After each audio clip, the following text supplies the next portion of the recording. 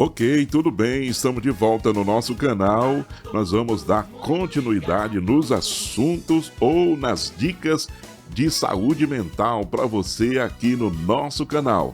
Estamos começando mais um assunto para você e hoje nós vamos falar sobre o que é neurose.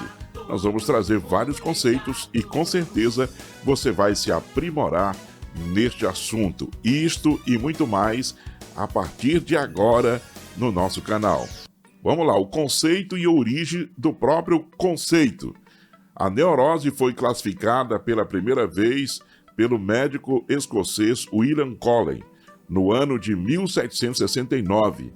Ele definiu as neuroses como doenças nervosas que acarretavam distúrbios da personalidade nas pessoas. E mais, o que são neurose para Freud?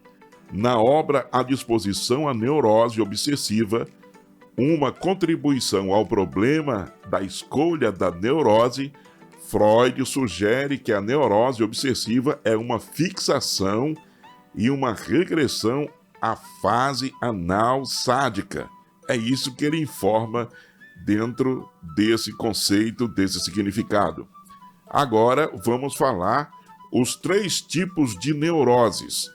As principais neuroses são a neurose obsessiva, a neurose fóbica e, finalmente, a neurose de histeria.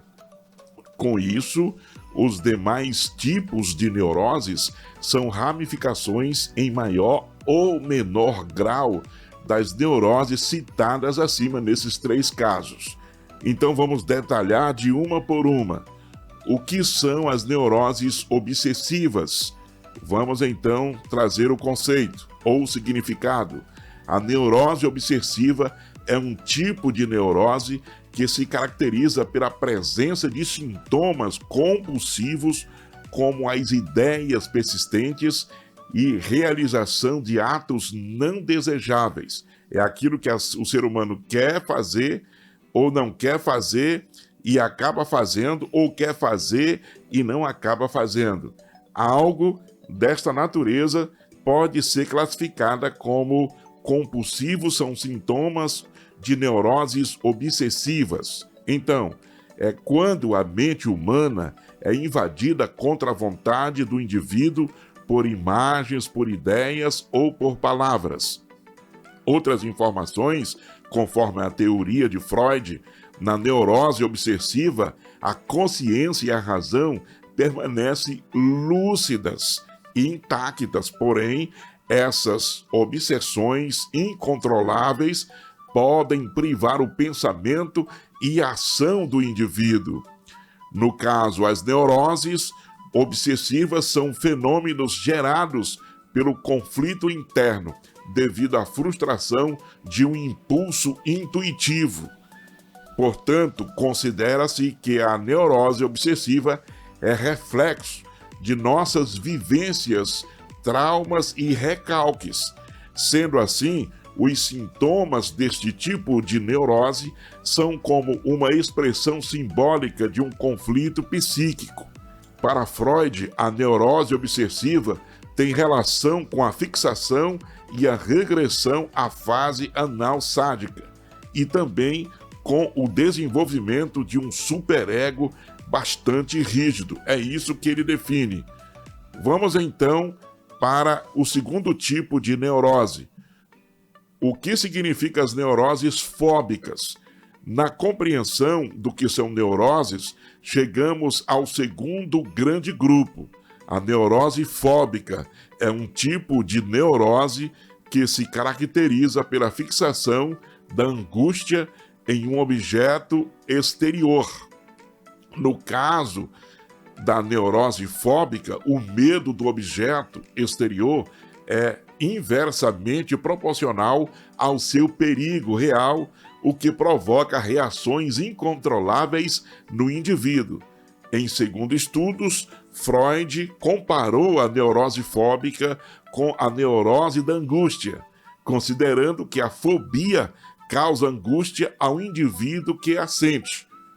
A fobia, no caso os medos, nada mais é do que um ataque de pânico quando o indivíduo está perante um objeto, animal, local ou pessoa que lhe cause angústia.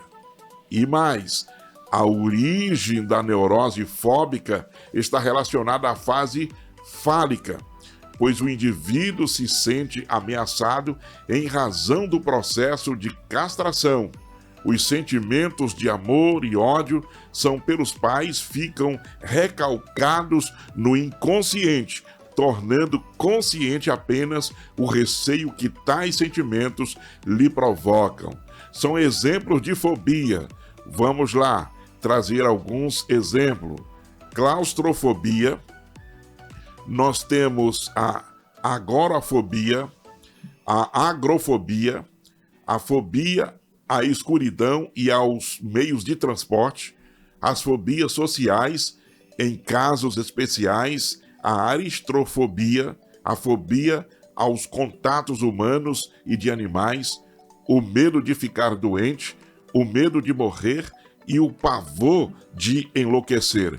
Então, esses são os tipos de fobias que é causado diante dessa situação do que significa as neuroses fóbicas. E em terceiro lugar, o último conceito de neuroses de histeria, para finalizar o nosso vídeo de hoje. Então, a neurose de histeria é um tipo de neurose que se caracteriza principalmente por estado de alteração da consciência, ocasionando amnésia e perda de memória. Na neurose de histeria, podem ocorrer manifestações sensitivas ou motoras, paralisia, cegueira e alguns tipos de tics. Vamos então falar que, geralmente, os sintomas da neurose de histeria são temporários e passageiros. Em seus estudos sobre a histeria, o velho Freud a definiu como sendo uma variante anormal do comportamento, uma atitude exagerada de origem psíquica. Na histeria, o indivíduo encena doenças como forma de escapar de situações que considerava insuperáveis. Nesse caso, nós vamos ver que foi o caso de Ana O, analisado pelo próprio Freud. Este descobriu que as manifestações físicas dos histéricos estavam relacionadas a lembranças reprimidas de grande intensidade e que tais manifestações físicas eram teatrais, simplesmente faziam encenações. Agora, os indivíduos portadores de neurose e histeria apresentam sintomas características de alguma doença e, por essa razão, tais sintomas foram divididos em dois grandes grupos. O primeiro, dissociativo, há a predominância de um rompimento com a realidade, o que pode ocasionar desmaios, amnésias, automatismos, entre outros sintomas. O segundo, que vai se apresentar, é o concessivos. Há uma predominância de manifestações físicas encoradas em conflitos psíquicos.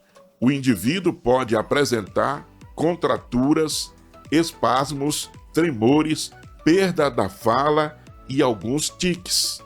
É muito interessante nós avançarmos nessa questão. Agora, a histeria está relacionada à fase oral e à fase fálica. A submissão à demanda do outro e a contra-vontade seriam, então, segundo Freud, as principais causadoras dos sintomas nos indivíduos portadores de neurose de histeria, tornando-os incapazes de fazer alguma coisa conforme as suas vontades e desejos.